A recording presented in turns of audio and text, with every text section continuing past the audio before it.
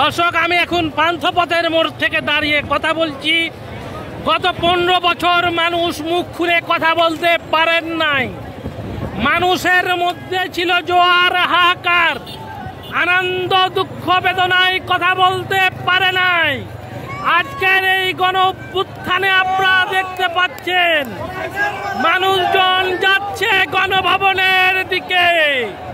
পান্থপথের মোড় থেকে দাঁড়িয়ে কথা বলছি, মানুষ যাচ্ছে গণভবনের দিকে।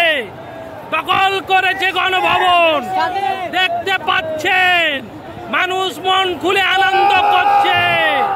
মানুষ যাচ্ছে, কথা বলতে পারি নাই, 15 বছর ধরে কথা বলতে পারি নাই, মামলা খেয়েছি, কথা বলতে পারি নাই, কথা বলতে পারি নাই।